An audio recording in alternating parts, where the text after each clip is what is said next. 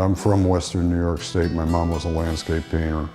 And so I didn't realize how much that was in my system and how much I learned from her until years later. In those days, just living a more alternative life on a small farm during the wintertime, clearing land, growing our own food, having a cow, raising some pigs, and just painting. I think that the paintings are slow reads, that they demand a certain kind of looking that I would hope someone would bring to my paintings in the same way that someone would carefully read a novel, where significant pages might need to be reread once or twice to be comprehended, or reread at a later time to get other meanings.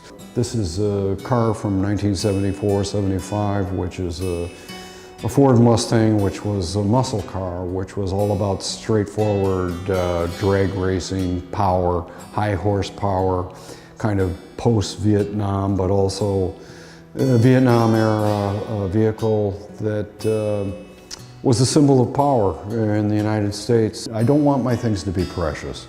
I want them to be somewhat distressed, as if they've been in the world. I still want finish, I still want color, but how that might come around is ambiguous. You never know what the mixing pot might be and how it comes together with paint. It's so open to all possibilities, and that's what I love about it, but it's also what's maddening about it. That it's like, when is it done? When is it done? And this, if you turn it around and you look at the back side, I think it says 2009, 2011, and then I pulled it back out, it goes 2013, 2015. I think life is unclear. I think that things are always changing. Reality is slippery, and all we can do is adapt to whatever it is that's going on. So my paintings begin quite abstractly in terms of moving shapes around. Sometimes I'm sure of a narrative and I illustrate it, though I try not to be an illustrative painter.